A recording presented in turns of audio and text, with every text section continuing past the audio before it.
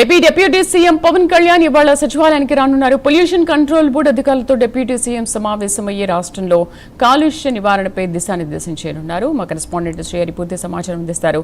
శ్రీహరి, ఎన్ని గంటలకు deputy CM సచివాలయానికి చేరుకున్నారు? ఎటువంటి చర్చ జరగనుంది?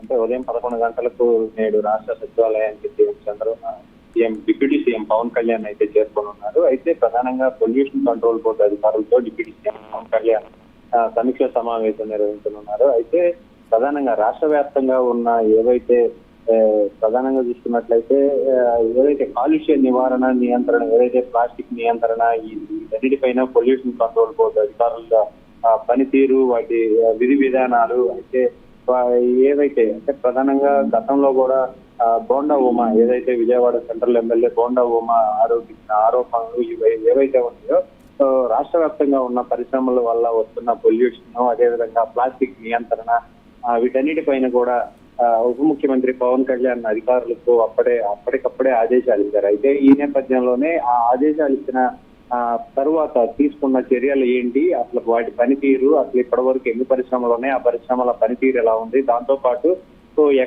వాటి పట్ల అంటే ప్రస్తుతం సమ్మర్ సీజన్ కాబట్టి ఇప్పుడు రానున్న రోజుల్లో అగ్ని ప్రమాదాలు కూడా జరిగే అవకాశాలు ఉన్నాయి కాబట్టి వాటన్నిటి పట్ల అసలు అధికారులు ఎంక్వైరీలు, దాంతో పాటు క్షేత్రస్థాయిలోకి వెళ్లి విజిట్ చేయటం, దాన్ని పరిశీలించడం, అనుమతులు ఉన్నాయా లేవా అనే వాటన్నిటిపైన కూడా నేడు ఉప ముఖ్యమంత్రి పవన్ కళ్యాణ్ అయితే అధికారులతో సమీక్ష సమావేశం నిర్వహిస్తారు. దీంట్లో ప్రధానంగా అధికారుల పనితీరుతో పాటు క్షేత్రస్థాయిలో ఇంప్లిమెంటేషన్, అంటే విధి విధానాలు ఇంప్లిమెంటేషన్ అవుతుందా లేదా అనే దానిపైన కూడా ఆయన ఆరా తీయనున్నారు. సో ఏవైతే అనధికారికంగా ఏవైతే ఉంటే వాటిపైన కూడా తగిన చర్యలు తీసుకోవాలి. దాంతో పాటు రాష్ట్ర వ్యాప్తంగా కూడా ఏదైతే పలు బీచ్ల్లో ప్లాస్టిక్ కానీ, ప్లాస్టిక్ కవర్లు కానీ, వీటన్నిటిపైన రాష్ట్ర వ్యాప్తంగా కూడా వాటి నివారణ చర్యలు ఏం చేపడుతున్నారు అనే దానిపైన కూడా తగిన ఏర్పాట్లు చేయాలని చెప్పని కూడా ఆయన సూచించే పరిస్థితి. Right Srihari, thank you.